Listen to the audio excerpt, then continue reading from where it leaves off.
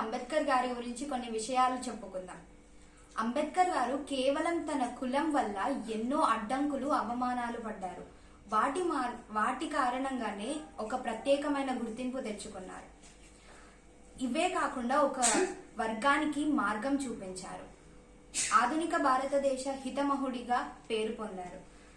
స్వతంత్ర భారతదేశం యొక్క తొలి న్యాయశాఖ మంత్రిగా పనిచేశారు. జ్ఞానానికి చిహ్నంగా మారారు.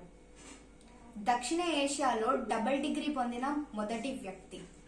వీటన్నిటితో పాటు రాజకీయ నాయకుడు, సంఘ సంస్కర్త, ఆర్థికవేత్త, న్యాయ నిపుణుడు, అర్థశాస్త్రవేత్త, ఇంకా రాజ్యాంగ రూపకర్త మన బాబాసాహెబ్ అంబేద్కర్.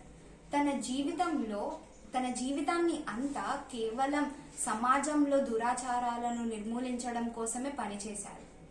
వీటిలో భాగంగానే ఎంతో మంది దళితులకు, స్త్రీలకు, అంటరాని వాళ్లకు, అణగారిన వర్గాలకు, వారందరి పట్ల వారి హక్కుల కోసం పోరాడిన గొప్ప విప్లవకారుడు డాక్టర్ బాబాసాహెబ్ అంబేద్కర్.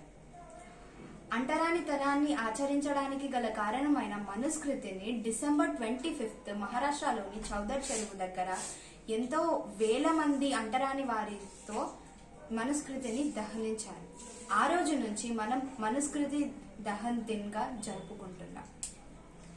సామాజిక న్యాయం మాత్రమే ఒక వర్గాన్ని కానీ ఒక సమాజాన్ని కానీ నిలబెడుతుంది అని చెప్పారు డాక్టర్ బాబాసాహెబ్ అంబేద్కర్.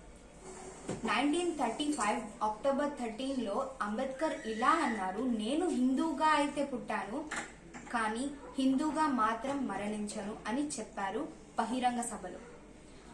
ఆయన రాసిన రాజ్యాంగం దుర్వినియోగం అయినట్టు అయితే దాన్ని దహనించే మొట్టమొదటి వ్యక్తిని కూడా నేనే అని ప్రపంచానికి స్పష్టం చేశారు బాబాసాహెబ్.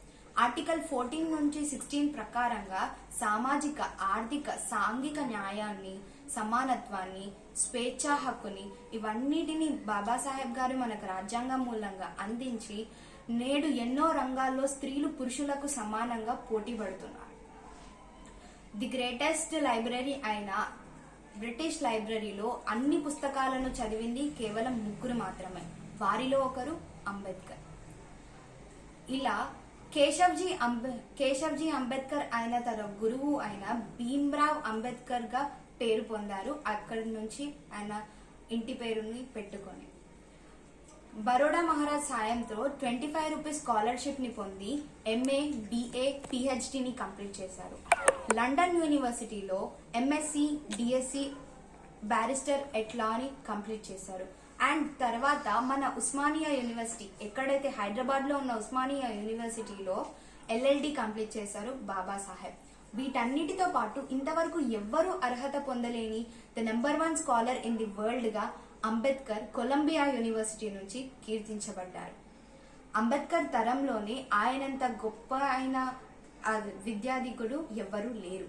సో అంబేద్కర్ ఆలోచన విధానాన్ని మనం ఇంకా కొనసాగించాలని కోరుకుంటూ జై భీమ్.